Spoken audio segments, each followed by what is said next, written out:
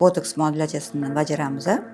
Qizimiz juda ham chiroyli ekanlar, lekin ajinlari bor. Yoshlari 30 dan sag'al oshgan. Lekin chiroyli rezultat qilishga harakat qilamiz. Preparat Relatox ishlatamiz bugun.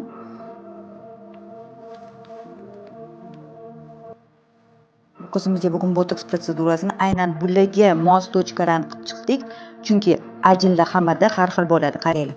Mana bunaqa ajin. Tepaga ko'taring qoshingizni, tepaga. Полностью ajin. Buncha hamma polyarnisni ishlaymiz.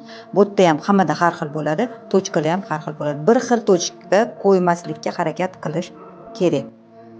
Demak, hozir biz tepa qismi bilan ishlaymiz, keyin o'rta, past qismi bilan. Qolsin.